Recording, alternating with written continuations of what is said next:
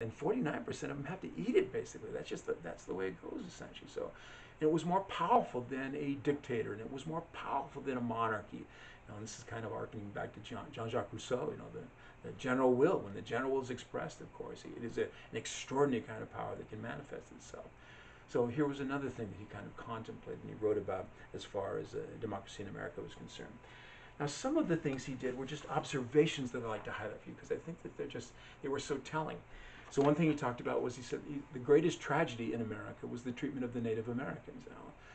He witnessed this actually. So he was in Memphis and he writes this kind of extraordinary statement. He said he watched the Choctaw Indians walking across the Mississippi River.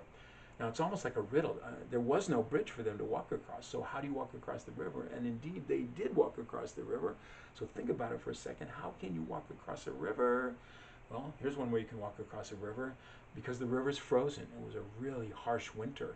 And the river had frozen all the way down to Memphis, Tennessee, and they could actually walk across the river. And it also gives you a sense, of course, that, how difficult that would be. And he saw this sort of stoic sadness in the face of these Choctaw Indians, and he felt that this was a tragic situation, the abuse of the Native Americans. And of course he was absolutely telling the truth in that regard. Another thing he looked at was the problem of slavery, and he saw it as just elemental, existential in some ways. And he was really worried about it. And of course, he thought that it would lead to bloodshed in America. And you guys all know that he is in no way wrong in that particular estimation. And some of his kind of notions and predictions almost for America become somewhat spooky. He predicted that in 100 years, the United States would be a superpower. And I want you to know that in the 1830s generally, no one is thinking that. No one thinks that the United States is going to be some kind of a superpower. And yet, of course, we all know that will become a reality. And he even goes further. He says the Americans will be a superpower, the Russians will be a superpower, and they won't get along with each other. It's like he's almost predicting the components of the Cold War, the coming of the Cold War. So you just have a number of really interesting observations. But ultimately, the primary thing that I want you to see that he saw that became just as a really fundamental expression of America at that moment was he described the Americans as extraordinarily restless. He saw this restlessness that just sort of dominated the situation. All he saw as he's traveling across America were Americans on the move. He saw them all the time on the move. And I have to tell you, and maybe the French are more of a sedentary people. Maybe they move around quite as much, okay? There has been a traditional movement, of course, from the provincial areas of France to Paris, but maybe more and more people stay in one cell. But, to have this constancy, an extraordinary amount of movement was stunning. And indeed, de Tocqueville kind of interpreted it negatively. He saw it like a manic movement. The Americans are like just bouncing all over the place, endlessly searching for something, but seems like something that they aren't going to find necessarily. And he does sort of make fun of them upon occasion. He said the American likes nothing better to do than to go to the frontier, chop down all the trees, build a log cabin, plant the field, and then move, And he's like, what are you doing? You just did all that work. Why would you move again? And so he saw kind of manic restlessness on the part of the Americans. Now, when he saw it, when he interpreted, I should say, he thought it just kind of like, atoms bouncing all over the place. And, he couldn't really see what's going on here. Now, you and I can take a larger view. He was there for a second. He took a photograph. And you guys all know the photograph shows you exactly what's going on in the moment, but it doesn't really tell you what happened before or necessarily what's going to happen afterwards. So he couldn't see that there was more kind of a meaning to this movement. I mean, yes, there is restlessness. And, if we look in the census, we see this kind of extraordinary restlessness. But he missed the essential directional quality of the movement. It's not just a manic movement all over the place. It was a manic movement in one particular direction. And this is my segue to my next major discussion in terms of the dynamic growth of America, and that is the territorial expansion that will occur in the United States in the antebellum period. Of all of the growths of the antebellum period, all the developments is a better way of saying it, of the antebellum period, the most impressive by far is the territorial expansion. This is the great kind of heroic story of America in the antebellum period. It was America's greatest moment of imperialism. It is the moment when all of the contiguous areas of the United States will be acquired, essentially. Every single part, the last little part was right down here called the Gadsden Purchase in 1853. But never before or since have the Americans been so into this sort of territorial aggrandizement. This is the great moment of American imperialism when the nation just begins to march across the continent in this extraordinary kind of way. Just to give you a sense of what's going on here, during the antebellum period, we see half the population moving outside of the boundaries of the original 13 states.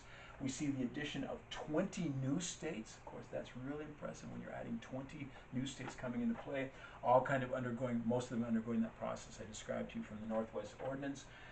We see the center of power beginning to shift towards the center, and one measure of that is where are the presidents coming from. And the presidents start to come, in the beginning they could only come from the eastern seaboard, there's nowhere else to come from. But we begin to see them coming, here's Andrew Jackson coming from Tennessee, and ultimately Abraham Lincoln from Illinois.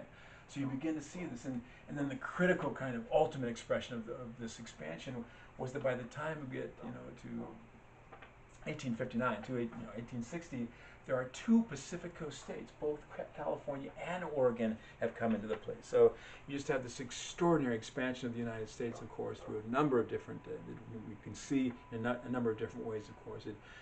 The great activity of the antebellum period is the extraordinary territorial expansion that's going to occur. Now, as it was occurring, it was like stunning to everyone. One thing I find very interesting is that one of the great proponents of westward expansion is Thomas Jefferson. And Jefferson will be active in this. I'm going to tell you what he's going to do very quickly. But he anticipated this expansion all the way to the Pacific coast. But he thought it would take place over a long span of time. In fact, I think his initial notions were, and this would have been right at the time he's president, maybe 200 years. It could take us 200 years, of course, to expand all the way to the Pacific. And that's the way he was saying it. But it really takes less than 50 years before you get, the United States acquiring California. So it's happening extraordinarily rapidly. And because it was so rapid and it was dominating kind of the moment, the Americans had to kind of come to grips with it as best they possibly could. So they did this by coming up with this concept, this notion, which became known as manifest destiny. And I'm going to use manifest destiny as a potential identification for you guys. And manifest destiny was simply this recognition of the United States, of course, as a continental entity. That it was, that's the way it should work out, essentially. That the United States should stretch from sea to shining sea. Now, I just want to parse this a little bit for you guys. Manifest, what are we talking about there? I can't really reduce destiny for you anymore, so that is the fate or the outcome of your existence. So this is the fate or outcome of the United States of America. Manifest is a more complicated word. I use it a lot. It can be used in a variety of different ways. So many words in the English language can be used that way. So there's the ship's manifest, which, the way I understand that is like what's on the ship or something like that. What is the cargo? But the way I always use it, I mostly use it, is to make become. Manifest is to make become. So manifest destiny is the becoming of the destiny of the United States of America. So this becomes this kind of notion that we are making our destiny. We are making it happen through westward expansion. Now, I do want to give you a sense of the origins of manifest destiny. One component of foundation of origin was religion, and indeed it was religion. So this was a notion, and related in some ways to the Puritan exceptionalism, that the Americans were God's chosen people, and the West was the promised land. And, they are God's chosen people, and the West is this place that has been promised to them. And indeed, of course, and there's so many things about this when I think about it. The promised land, of course, was given to the Hebrews, of course, the ancient Israelites, and part of the wording is that the land was for them to subdue and conquer, so there is this kind of notion that will begin to develop itself in terms of westward expansion, of subduing and conquer. I'm getting a little bit of background noise. I'm going to cut the window, close the window real quick.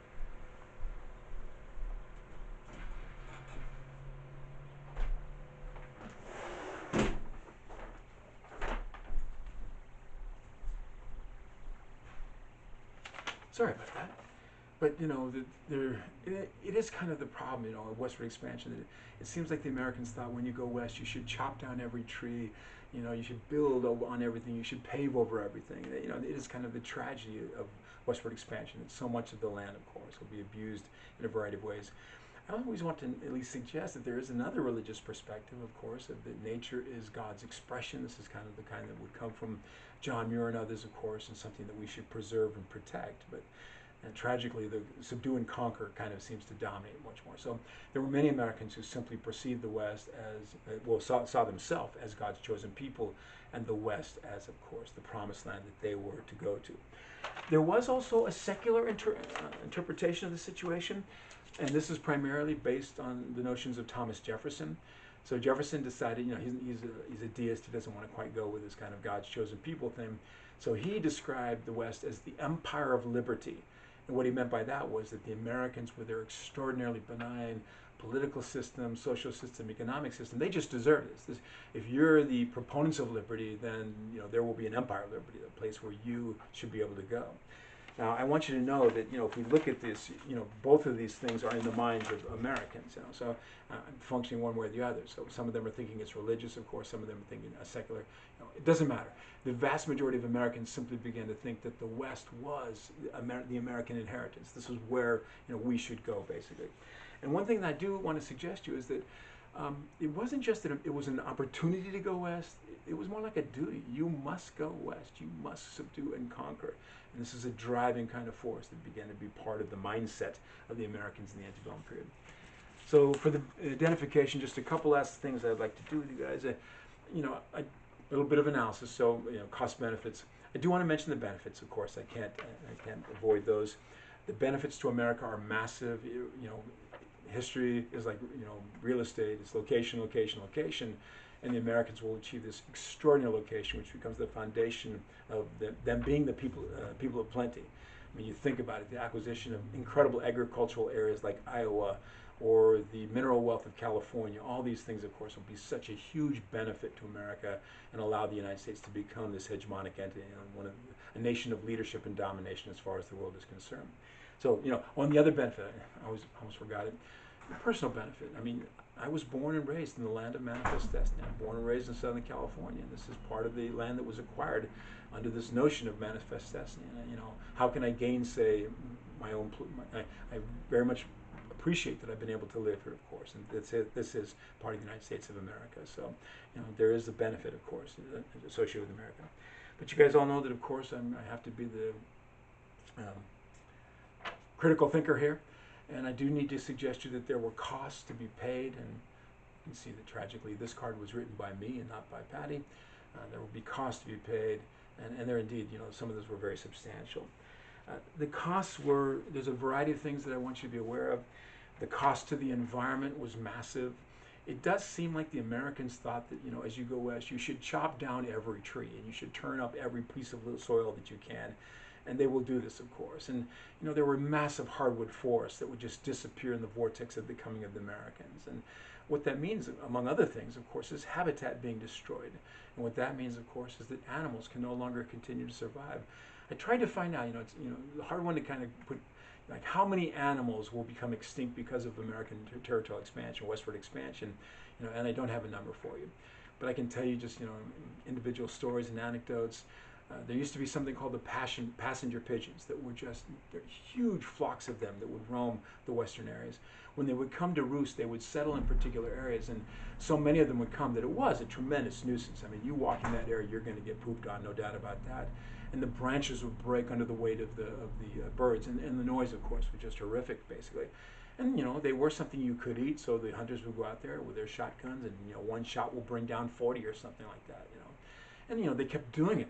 They harvested them basically, until all of a sudden there's a spring, and of course there's no birds. They're not coming in, and ultimately they will be gone.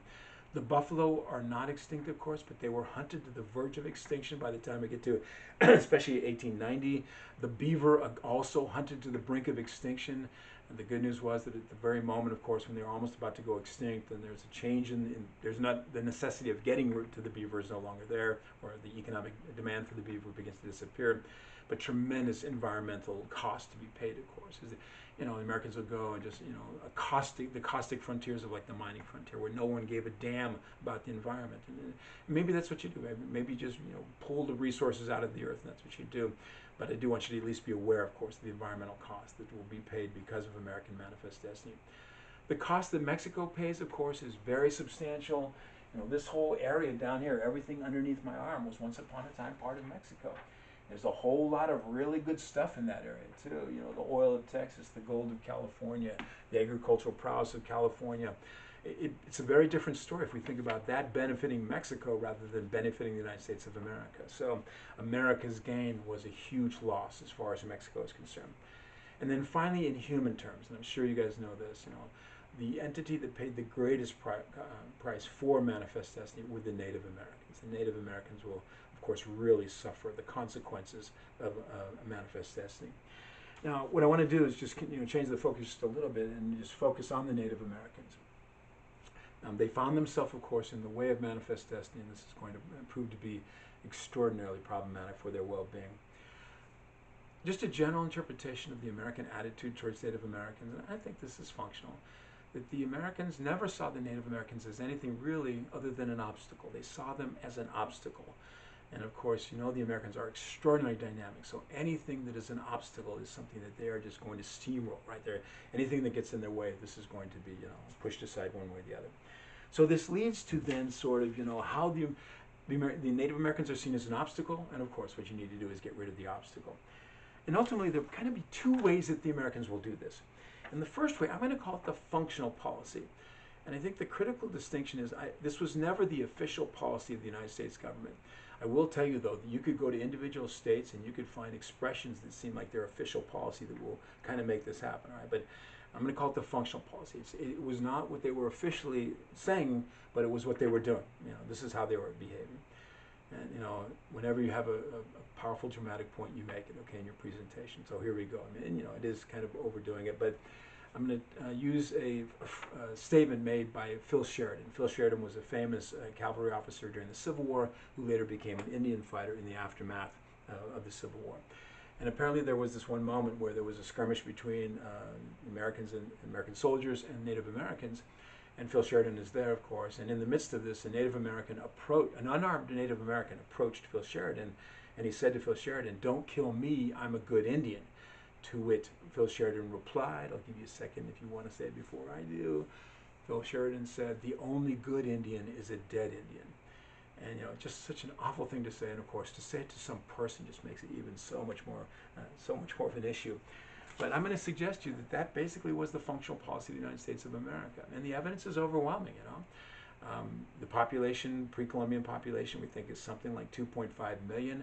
By 1890, we're looking at 250,000, of course. 90% relative population decline, significant population decline to say the least.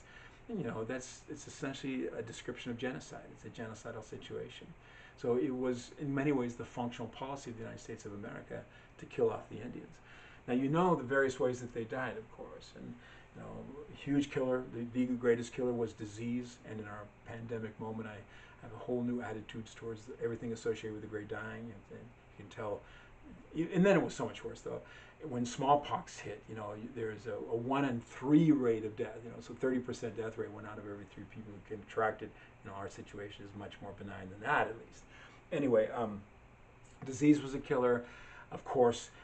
Resource degradation, super problematic to the well-being of the Native Americans. Warfare is going to be a killer. And then, even massacres. Massacres become sort of just one of those horrific manifestations of Native American history. I saw a map one time that had all of the locations of massacre sites of Native Americans. And it kind of looked like this. This map has a whole bunch of little dots on it, which I think are indicators of roads. Without my glasses, I can't tell you. But even in the state of California, there are 50 massacre sites, including Temecula, the Temecula area. There's a massacre that took place there. So all of these things combined, of course, are this genocidal expression that the Native Americans essentially were an obstacle. And one way to get rid of an obstacle, of course, is to kill the people off. Now, I do want you to know that in the 1830s, and this had been building up basically, there ultimately became an official policy towards the Native Americans. And the official policy was, at least to some degree, significantly more benign. I think one thing that was happening was that by the time we get to the 1830s, Native Americans are kind of becoming a memory in at least those, the 13 original states on the East Coast. And so the people who lived there could abstract the situation much more. And they could take a more benign attitude towards the Native Americans. And they would, it wasn't perfect. They would have these sort of condescending, even racist sort of notions that the Native Americans were noble savages or the children of nature or something like that. But at least an idea that comes out of this is that we shouldn't kill them all off, that that's a bad idea, that that's going to leave a stain on American history that they didn't want to have. So they decided they needed to come up with a better solution to the problem of the obstacle of the Native Americans. And so they will come up with an official policy. The policy essentially is to remove Indians or put them in places where they were out of harm's way, or picture them being out of the way of the American steamroller as it's going to the west, of course, on lands generally that were not really wanted by the Americans, of course. That was one thing that's going to be part of this, where they could live in these Indian autonomous zones, so these areas that were controlled by the Indians themselves. And I do think there's a lack of clarity of what the outcome will be of this, still, even today, you could argue that it's sort of a strange situation. But so what they're going to do is they're going to put aside areas of land that will be reserved, I messed up, reserved for the Native Americans, and I hope that that's enough to let you guys know what's going on here. We're going to call this the Reservation System, and intriguingly, what was started in the 1830s, continues to this day. We still have the Reservation System functioning. The thing I always like to say about the Reservation System, the thing that's always sort of troubled me the most, is it's a netherworld. It's not their world. It's not what the world that they had before. It's not our world either.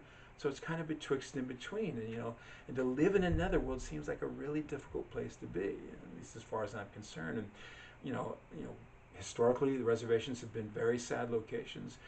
They are places of relative poverty. They are places of drug abuse. They're places of alcoholism. Places of high rates of suicide. All these kind of negatives. Admittedly, the reservation has kind of found new traction recently, of course, through Indian gaming and stuff like that. At least some tribes, of course, are becoming affluent as a result of that. But for many Native Americans, they still live in this kind of strange netherworld. But this was the basic idea that begins to emerge in the 1830s, and at least it wasn't killing them, right? I mean, that is the kind of good side of the equation.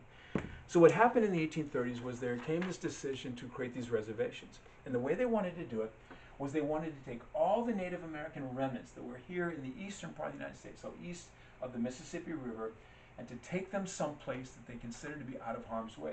And the place that they're going to consider is right here, okay? And you probably know what that is today, but in those days that would have been known as the Indian Territory. And the idea was to take all the Native Americans from the eastern area and remove them. So the great policy of the 1830s was Indian removal to the Indian Territory, to place them on these reservations. There are so many problematic things about this, of course, just the activity of the removal that seems, of course, really hard for the Native Americans to have to bear. But part of it also was that it's done in this kind of really arbitrary way, where people in Washington simply saw that there was this kind of rectangular part of the land, and they began to subdivide it, just like drawing lines on maps, okay? Big tribe, you get this big area. Small tribe, you get this little tribe area. And they didn't know, anything about that area. Was there water there? Was it the middle of a swamp? Could this be a place where people could live or not? None of this was really known necessarily as they're doing it. They simply decided these Native Americans, and at that time we're looking at about 150,000 Indians, so it's a remnant, of course, of previous populations, but they would be removed in this area. So this is the kind of major activity that is going to occur in the Antebellum period. As the Americans move west, they're going to remove the Native Americans out of the way, out of the pathway of their development.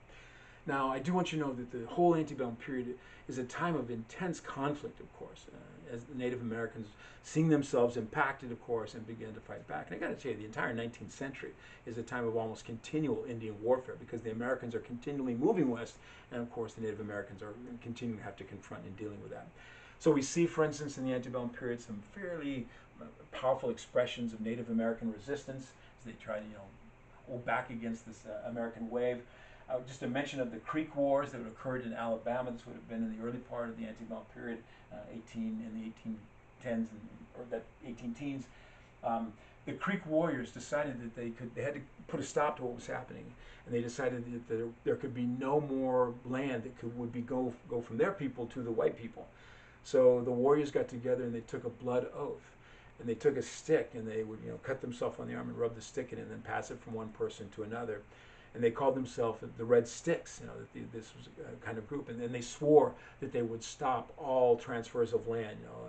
If the Native Americans were doing it, they're going to stop that. If the Americans are going to try to take it, they're going to stop this too. Anyway, they called themselves the Red Sticks. That's the English interpretation. In French, it's Baton Rouge. That's where that comes from, Baton Rouge. Although Baton Rouge, of course, is all the way out in Louisiana.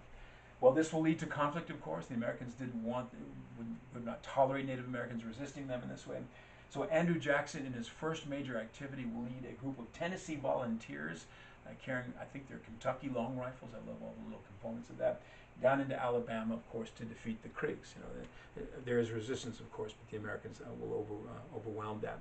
This is also the moment of Tecumseh, this warrior chief from the Ohio River area. He was aware of Pontiac and knew what Pontiac had done, and he kind of had the same notion of rallying the tribes together, all of them, to try to resist American expansion if they could.